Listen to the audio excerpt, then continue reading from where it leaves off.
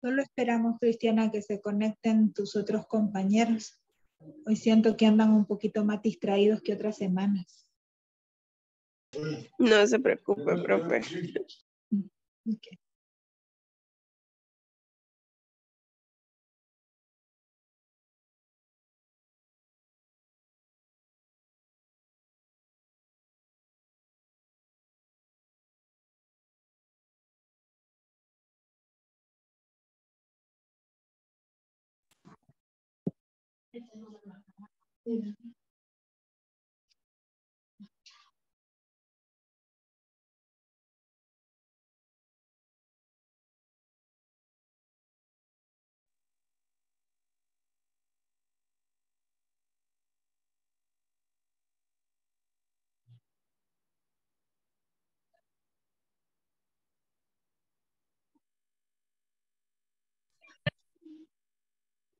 Comparto pantalla con ustedes nuevamente, chicos.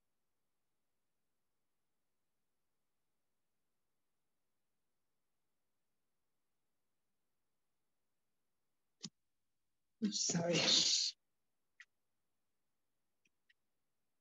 Bueno, estamos claros, ¿verdad? Con lo que es un interrogatorio, ya lo entendemos como herramienta, como la forma que nosotros tenemos de seguir acreditando que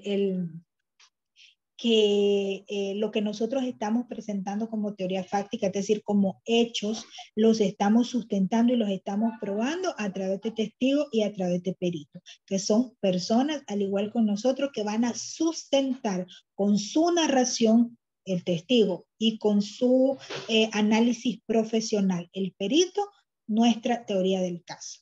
Igualmente, ya quedamos claros de que un interrogatorio tiene una estructura lógica, una estructura coherente que va desde la acreditación del testigo, la relación de los hechos y la exposición de los hechos, ¿verdad? En todo este camino, nosotros como abogados, como profesionales del derecho, somos los que vamos a llevar lo que es la dirección. Vamos a ir a través de nuestras preguntas, a través de nuestras palabras, dirigiendo a nuestros testigos, que además pues debemos haber preparado en su momento. Ok, bueno, el interrogatorio es precisamente lo que nosotros, las preguntas que nosotros le hacemos a los testigos que nosotros llevamos. Es decir, a los testigos que van a sustentar nuestra teoría del caso. Entonces, ya que nosotros hicimos la debida presentación de nuestra teoría fáctica, entonces la contraparte tiene también el derecho de poder interrogar a nuestro testigo. Como estamos hablando de que es la contraparte la que interroga al testigo contrario, esa cuestión se llama contrainterrogatorio, ¿ya? Porque nosotros ya hicimos un interrogatorio primario. Por lo tanto, la contraparte, la parte contraria, realiza un contrainterrogatorio. Pero entonces, ¿qué es un contrainterrogatorio? ¿Cuál es la diferencia entre uno y otro? Bueno, cuando nosotros hablamos de un contrainterrogatorio, nos estamos refiriendo al cuestionamiento que la contraparte le hace al testigo o al perito presentado por nosotros, ¿verdad? ¿Para qué?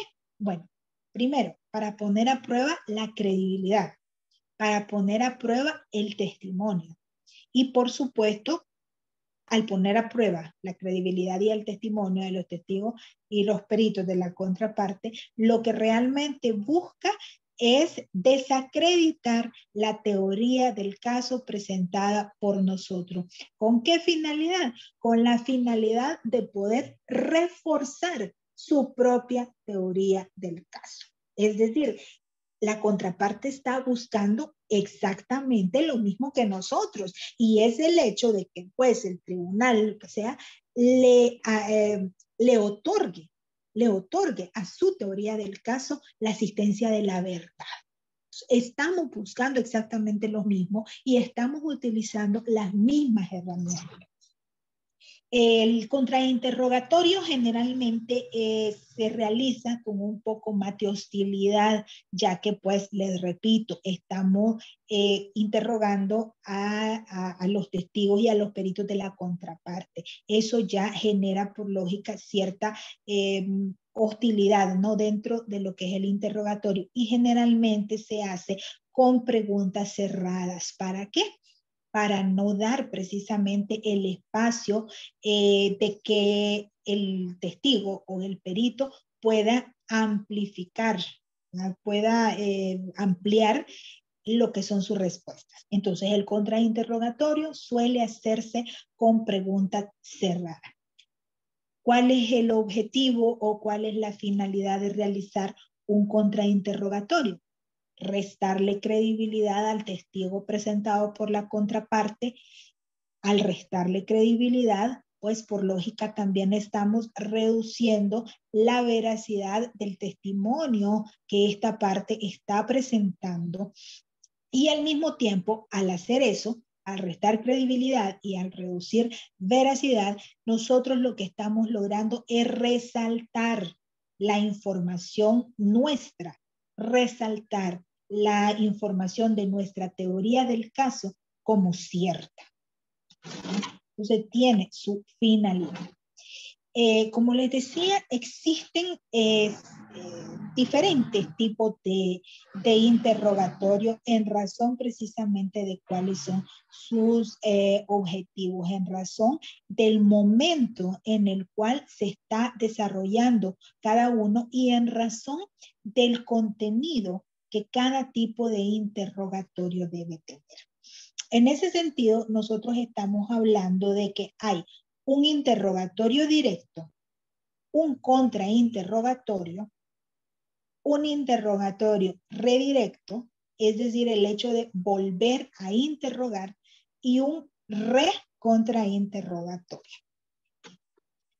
Estamos utilizando obviamente la misma herramienta, que es la herramienta, pues, que data de la dialéctica socrática, ¿verdad? Del hecho de hacer preguntas para obtener respuestas y que esas respuestas sustenten como cierta lo que nosotros estamos presentando como teoría. Ok. El interrogatorio directo está sustentado en los artículos 255 y 296 del Código Civil. Con respecto a las preguntas y el contenido, el contrainterrogatorio directo es el que se refiere al interrogatorio que nosotros le hacemos a la parte nuestra, es decir, a los testigos y a los peritos que nosotros estamos presentando desde nuestra teoría del caso. Por eso se llama interrogatorio directo. Las preguntas se tienen que efectuar de manera oral. Tienen que ser claras, concretas, precisas, para mejor comprender, porque nosotros no tenemos que confundir al testigo. Tenemos que ser lo más claros y lo más sencillos posible para que de la misma manera sea su respuesta. Las preguntas que nosotros vamos a diseñar no deben incluir valoraciones ni calificaciones, es decir, cosas que lleven a una presunción o a una afirmación que vaya en contra, ya sea de la moral, ya sea de los principios, ya sea de la misma legalidad, o que vaya en contra o en detrimento de cualquiera de las partes. Por ejemplo, nosotros debemos de ser muy cuidadosos en este caso en el que vamos a hablar de Lorena y de Antonio, ¿no? Porque, por ejemplo, si la parte de la defensa trata de alegar dentro de sus argumentos que quizá Antonio la encontró en infidelidad a ella, el momento de hacer las preguntas no deben ir encaminadas a hacer una valoración, por ejemplo, sobre un determinado estatus de infidelidad, o mucho menos sobre, ¿cómo decirlo de alguna forma? Es decir, no usar términos peyorativos, por ejemplo, donde se insinúe que la otra persona es, qué sé yo, coscolina o algo así. Pues no quiero usar palabras muy fuertes, pero creo que me estoy dando a entender. Las preguntas deben ser siempre elaboradas con el respeto adecuado, a pesar de que en el fondo sí lleven escondida una valoración que nosotros queremos hacer. Porque si usted lo que está, como defensa de Antonio, lo que está tratando de probar, ¿verdad?, es que él reaccionó ante la manifestación propia, frontal de la infidelidad, obviamente sí usted está haciendo inferencias fuertes, pero deben hacerse de una manera tal que no vayan a ir en detrimento de lo que es el honor que siempre se le debe guardar a cualquiera de las contrapartes. Espero haberme explicado bien con este aspecto. Bueno, al momento de realizar las preguntas, siempre existe un límite con respecto al derecho de preguntar.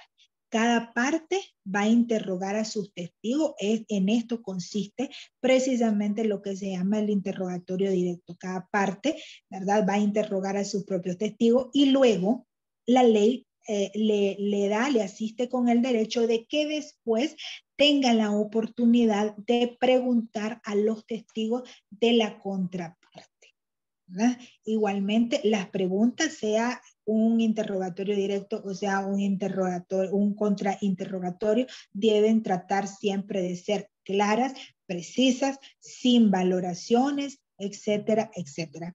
Las preguntas capciosas, las preguntas oscuras, sugestivas, ambiguas, dolosas, impertinentes, ¿verdad? Todo este tipo de cuestiones y de valoraciones serán tomadas como no presentadas. Igualmente pueden ser objetadas por la parte contraria y el juez pues puede determinar que simplemente no se respondan por el tipo de preguntas que sea, además de que el juez también le asiste el derecho de hacer un llamado al orden, ¿verdad?, a la parte que se esté, digamos que extralimitando con respecto a lo que son las preguntas que está haciendo. El contrainterrogatorio. El contrainterrogatorio no es nada más ni nada menos que el interrogatorio que nosotros le hacemos a los testigos y a los peritos presentados por la parte contraria. El contrainterrogatorio tiene su momento procesal, es decir, primero se da el interrogatorio directo, es decir, debe interrogar la parte que lo está presentando, que lo está ofreciendo como testigo, y después la contraparte, ¿verdad?, el abogado de la contraparte tiene el espacio, el tiempo y la oportunidad de poder hacerle pues sus propias preguntas. Igualmente, no se le debe, la ley dice de que no se le deben realizar o reiterar preguntas que ya le han hecho en el interrogatorio y las cuales el testigo ha respondido debidamente, ¿verdad? Ahora bien, en el contrainterrogatorio, ahí sí existe, digamos que la permisión de poder hacer ciertas preguntas de carácter sugestivo. ¿Por qué?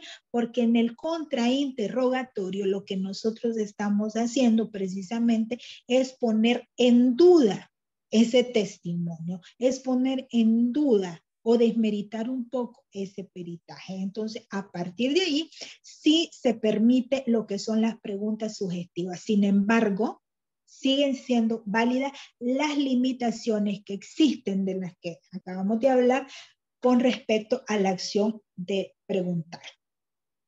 Después de esto, el interrogatorio directo y el contrainterrogatorio, existe el interrogatorio redirecto.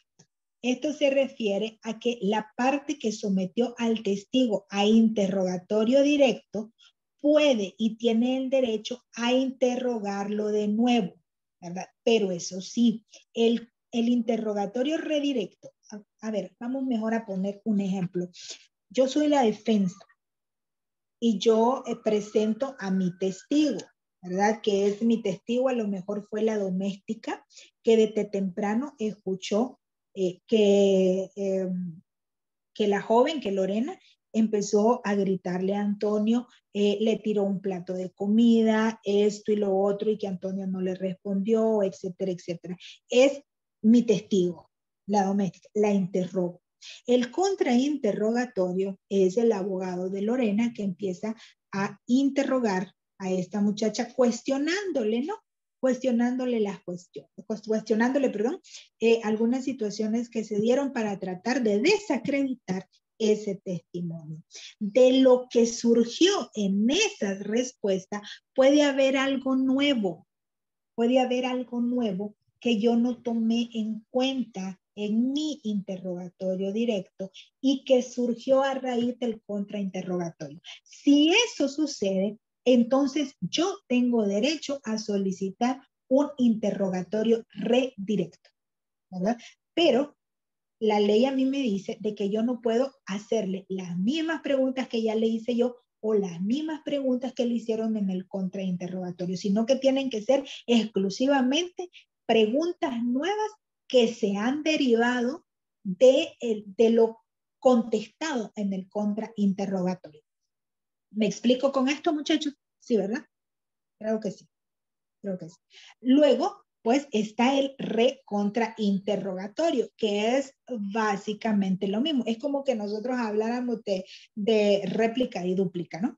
¿Verdad? Es exactamente lo mismo. En el recontrainterrogatorio, la parte contraria podrá someter al testigo a un nuevo contrainterrogatorio, pero aplica exactamente la misma condición del anterior. Es decir, que este recontrainterrogatorio se tiene que limitar a preguntar sobre cuestiones nuevas que surgieron del interrogatorio redirecto.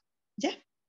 Entonces, no podemos hacer 2, 3 interrogatorios o contrainterrogatorios sobre la misma cuestión, sino que la condición es que sea sobre datos nuevos que han surgido a raíz del contrainterrogatorio que se ha llevado a cabo.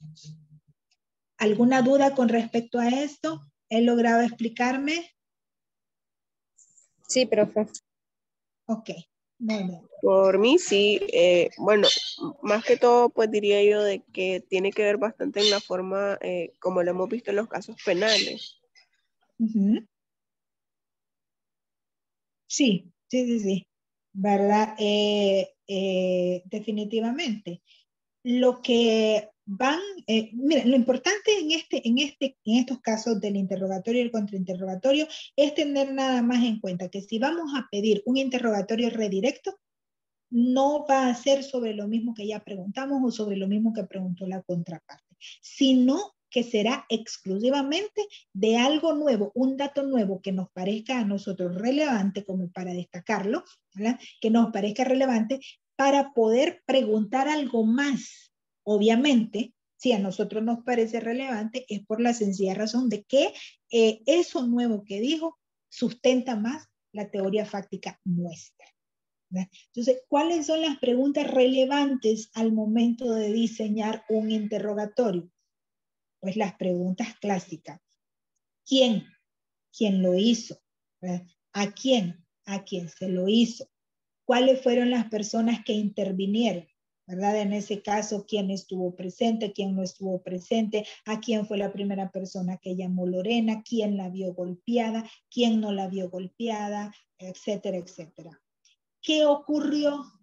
¿Verdad? Entonces ahí va la narración, todo eso. Si usted tiene un testigo y como le digo, que va a presentar de testigo a la vecina, a doña Amarillita, ¿verdad? Que es una señora que no miente, muy religiosa y todo, y que además ha sido testigo en varias ocasiones de escucharlos pelear. Entonces, ¿qué ocurrió? Le va a preguntar usted a doña Amarillita y le va a narrar cómo ocurrió. ¿Verdad? Le va a decir, mire, ¿y cómo fue? Usted vio que le pegó Antonio a Lorena. ¿Y cómo le pegó? Fue con el puño, fue con una silla, fue con una mesa, fue con el pie, ¿verdad? ¿Cómo ocurrió? ¿Con qué le pegó? ¿Hubo algún instrumento de por medio? ¿Agarró un bate de béisbol y le pegó con ese en las costillas? ¿O simplemente le empujó? ¿A dónde fue? ¿A dónde la golpeó que usted vio? ¿La golpeó en la sala? ¿La golpeó en el dormitorio? ¿O salieron a pelear a la calle y fue en plena calle que la golpeó? ¿Verdad? La escena, la descripción de la escena. ¿Por qué? ¿Por qué? Generalmente el por qué es algo que le compete básicamente a las partes, ¿verdad? Sin embargo, el tema central de la discusión puede surgir a través de que usted lo escuchó. Es decir, usted en la discusión escuchó que, por ejemplo, Antonio le decía a Lorena, es que me diste la comida fría y que no sé qué, y que estaba muy salada y que aquí y que allá. Entonces, doña Amarillita asume que el tema central de la discusión, del pleito, fue porque para Antonio, Lorena no le hizo bien la comida, se la sirvió fría y eso detonó todo. ¿Verdad? Entonces, su testigo va a presentar, pues, a lo que considera que fue el tema central de la discusión. ¿Para qué? Cuando sucedió todas esas cuestiones, todas esas preguntas elementales son las que van a ir surgiendo en lo que es pues la presentación de su interrogatorio. En el interrogatorio directo, igualmente la forma en la que lo va a diseñar es con las tres características que hablábamos al principio. Usted va a acreditar, ¿verdad? Acreditar a su testigo y en base a eso, pues también va a desarrollar lo que es la clasificación y el tipo de preguntas que va a hacer o que hará con respecto a lo que es el interrogatorio directo. Ojo, cuando nosotros hablamos de un contrainterrogatorio, aquí estamos hablando de algunas cuestiones de presunción que usted puede llevar preparadas. Lo demás le va surgiendo justo allí en el momento en el que usted esté. ¿Verdad? Cuando le digo que se va a basar en determinadas presunciones es, a ver, la contraparte va a presentar a fulano, a sutano, a mengano y usted más o menos ha leído los testimonios y puede imaginarse qué es lo que va a preguntar directamente su contraparte. Por lo tanto, su contrainterrogatorio, ¿verdad? No lo puede diseñar realmente con antelación. La mayoría del desarrollo que él vaya teniendo va a ir surgiendo en razón de las mismas preguntas que le esté diseñando su propia parte. No sé si me explico, creo que sí. Entonces, en base a las mismas preguntas que él le esté haciendo a su testigo y a las respuestas que este testigo esté dando, usted va a ir terminando, o sea, va a terminar de construir su contrainterrogatorio. ¿no? Entonces, en el diseño de las preguntas que usted va a hacer para el interrogatorio directo, usted va a hacer después de la acreditación del testigo o del perito común, va a ser de descripción. Va a buscar con sus preguntas orientar al testigo a que describa qué fue lo que sucedió, a que describa cuáles fueron los eventos, de qué manera se desarrollaron, qué fue lo que causó. Empezó como una discusión, después se fueron a las manos, después de las manos ya se fueron a los golpes fuertes y al final ella terminó tirada en el piso con la cara herida, con una costilla rota, tuvieron que llamar a la policía, etcétera, etcétera. Así, usted va a ir conduciendo con sus preguntas al testigo, porque, ojo, quien debe narrar la cuestión es el testigo, no es usted, es el testigo. Usted por eso únicamente debe de inducirlo. Cuando hablamos de contrainterrogatorio, el contrainterrogatorio se refiere a las preguntas cruzadas. Por lo que le decía, es decir, usted no puede llevar un contrainterrogatorio verdaderamente diseñado, en un caso real, ¿verdad? Verdaderamente diseñado porque usted no sabe concretamente qué respuesta puede surgir de las preguntas que la contraparte le haga a su propio testigo y a su propio perito. ¿Me explico?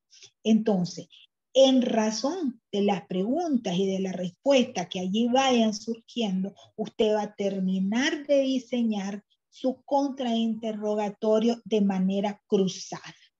¿Ya? Entonces, en estos casos del contrainterrogatorio, como les decía unas cuantas diapositivas atrás, lo indicado es tratar de hacer preguntas cerradas.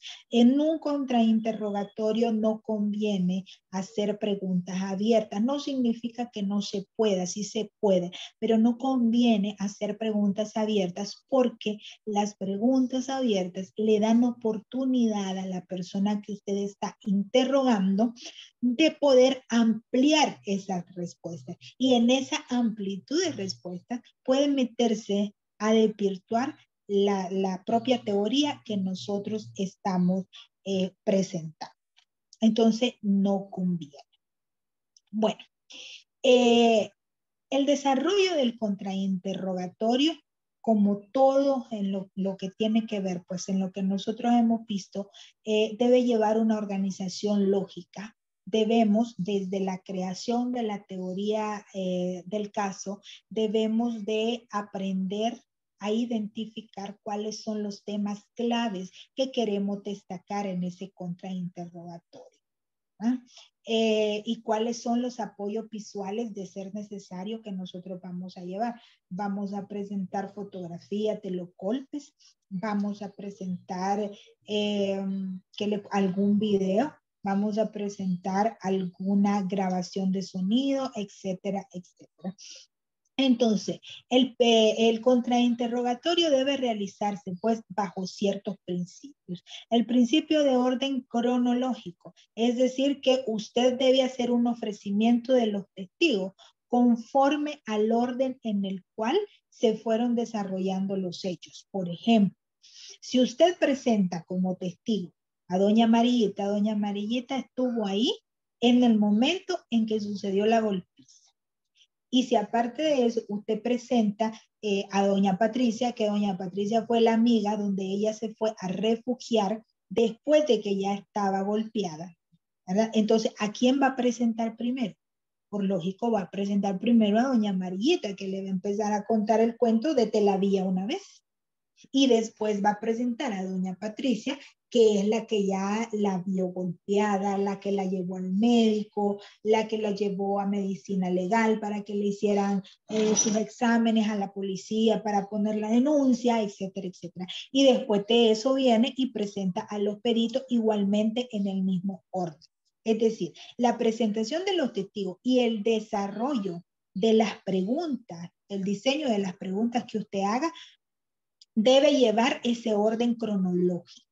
¿Verdad? Igualmente, en el diseño pues está el principio de primacía y novedad que se aplica cuando se busca pues que un testigo informe sobre los hechos que el abogado necesita que destaque.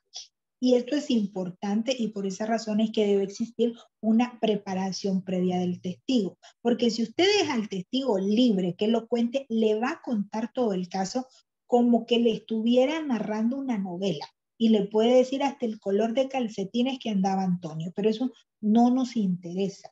Entonces nosotros debemos de buscar convenientemente la forma en la cual el testigo que nosotros estamos interrogando nos destaque los hechos que nosotros necesitamos para sustentar nuestro caso, ¿verdad? Lo que no, pues eso hay que irlo quitando de la narración. Igualmente, cuando hablamos del principio de testimonio más creíble, consiste precisamente en de los 10 testigos que nosotros podíamos tener, porque elegimos a doña Amarillita. Bueno, porque doña Amarillita tiene más credibilidad dentro de su misma comunidad, más credibilidad y generación de empatía con personas que no la conocen, como por ejemplo el juez, por ser una persona de edad, por ser una persona respetable, entonces su testimonio será mucho más creíble. Entonces el principio de testimonio más creíble lo vamos a poner nosotros en práctica y en uso al momento de elegir a los testigos más idóneos para sustentar nuestra teoría del caso, ¿verdad? ¿Para qué? ¿Para qué? ¿Cuál es la función del testigo dentro del caso? ¿Cuál es la finalidad que yo tengo como abogado para poder llevar a esa persona a aclarar esos hechos? Bueno, este es un principio muy elemental, ¿verdad? En primer lugar, porque aparte de los hechos concretos como tal, si yo llevo a alguien golpeado y solamente con el golpe, sin poder crearle una historia a ese golpe, no tendría un caso como tal. El testigo lo que llega es precisamente a dar fe a través de su testimonio de que los hechos se desarrollaron así como el caso se presentó. Entonces, el testigo lo que llega es precisamente a eso, a dar fe de lo ocurrido a través de haber estado de manera presencial o que le conste de alguna manera creíble lo que sucedió, los hechos que sucedieron. Para lo que es el diseño del interrogatorio, se debe de usar un lenguaje apropiado, un lenguaje sencillo, ¿verdad? No tenemos que andar con excesivas formalidades que puedan confundir al testigo, ¿verdad? Sino que hay que tratar de usar un lenguaje, por supuesto, muy educado, muy respetuoso hacia las autoridades que se encuentran dentro del foro, pero de lo más sencillo posible para que el testigo se sienta cómodo. En el interrogatorio, usted debe de tomarse el tiempo necesario y crear las condiciones necesarias de confianza para que el testigo, pueda desarrollar toda su explicación pues, de manera fehaciente, de manera creíble. Tiene que darle las condiciones de confianza y de empatía necesarias para hacerlo. Recordemos nosotros de que en un interrogatorio el protagonista de todo es el testigo, porque lo que a mí me interesa que el juez o el tribunal escuche es lo que tiene que decir el testigo, no lo que yo tengo que preguntar. Lo que yo tengo que preguntarle es simplemente una inducción, pero lo que verdaderamente importa es lo que el testigo tenga que decir sobre el caso concreto. En la medida de lo posible, utilice apoyos visuales porque el apoyo visual le ayuda mucho a generar un aspecto de empatía. Refiriéndonos al caso concreto en el que nosotros estamos, en el caso de Antonio y Lorena, por ejemplo, el uso de fotografías es este impacto. El uso de videos, si los hubiera, el uso de grabaciones, etcétera, etcétera, son cuestiones que causan impacto y para poder sustentar debidamente la teoría del caso de ambas partes. Ahora, otro aspecto muy importante es el tiempo y el ritmo del interrogatorio.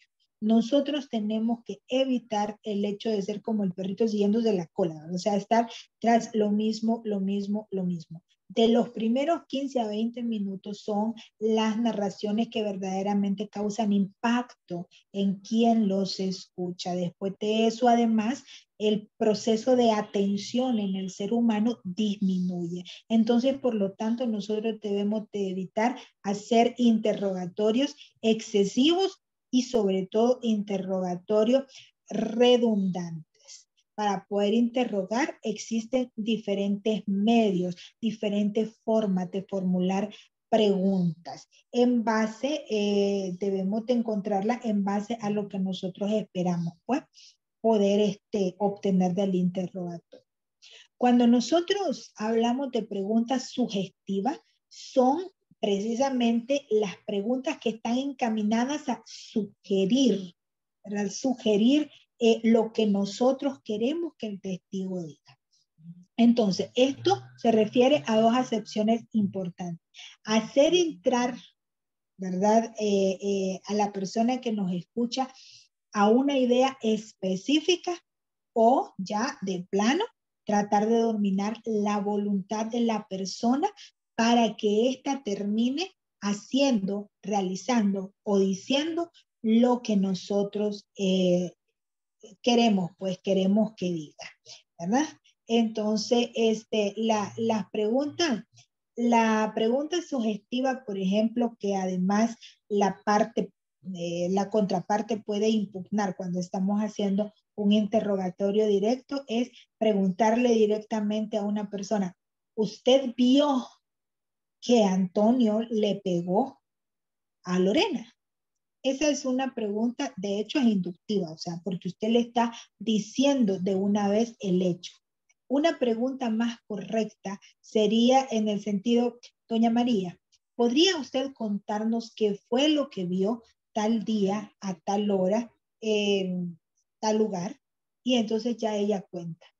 Es ella la que tiene que decir que vio a Antonio golpear a Lorena. No es usted quien le debe preguntar si vio la acción. Pues recordemos, el protagonista es el testigo, no somos nosotros como abogado o como interrogación. Igualmente se deben evitar las preguntas capciosas, que son aquellas que llevan inmersos un doble sentido con la finalidad de confundir al testigo o de hacer que el testigo dé respuestas que nos favorezcan pues a nosotros. Esas no deben realizarse, no deben hacerse preguntas repetitivas, no deben hacerse o deben tratar de evitarse lo que son las preguntas oscuras, ¿verdad? O las preguntas ambiguas que lo único que hacen es confundir a los testigos. Las preguntas dentro de un interrogatorio deben de ser preguntas pertinentes, preguntas adecuadas al caso que nosotros estamos presentando, ¿verdad? Las preguntas abiertas y las preguntas cerradas son dos herramientas que nosotros utilizamos dentro del interrogatorio. Las preguntas abiertas son las preguntas que están diseñadas para que el testigo se abra a contar. Son preguntas de respuesta amplia, ¿verdad? Y se utilizan cuando el abogado necesita llamar la atención del testigo hacia un evento de amplia descripción, ¿verdad? Por ejemplo, la pregunta que tenemos en pantalla, ¿cómo observó el vehículo después de la colisión? Las preguntas cerradas, por el contrario, tal como lo dice su nombre, se refiere a preguntas donde no existe, donde no se le da a la parte amplitud para responder y que generalmente se responden con un sí o con un no, ¿verdad? O con una palabra concreta, como por ejemplo, ¿de qué color era la motocicleta que usted vio que atropelló a don Juan? ¿Verdad? Como para sustentar que sí es la moto de la persona que está detenida. Entonces, muchachos, bueno, nos quedaríamos acá el día de ahora. Les presento, como siempre, les voy a pasar las diapositivas a través del WhatsApp para que les sirvan como apoyo al momento de diseñar sus interrogatorios, sus contrainterrogatorios.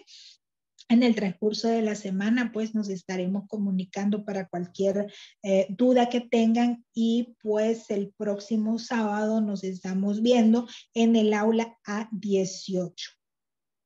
Ahí nos vamos a ver para cerrar pues debidamente nuestra clase. Así que si no tienen algún comentario, nos estamos viendo el próximo sábado. Gracias, profe. Gracias. Gracias, buenas tardes. Buenas tardes, cuídense. Buenas tardes.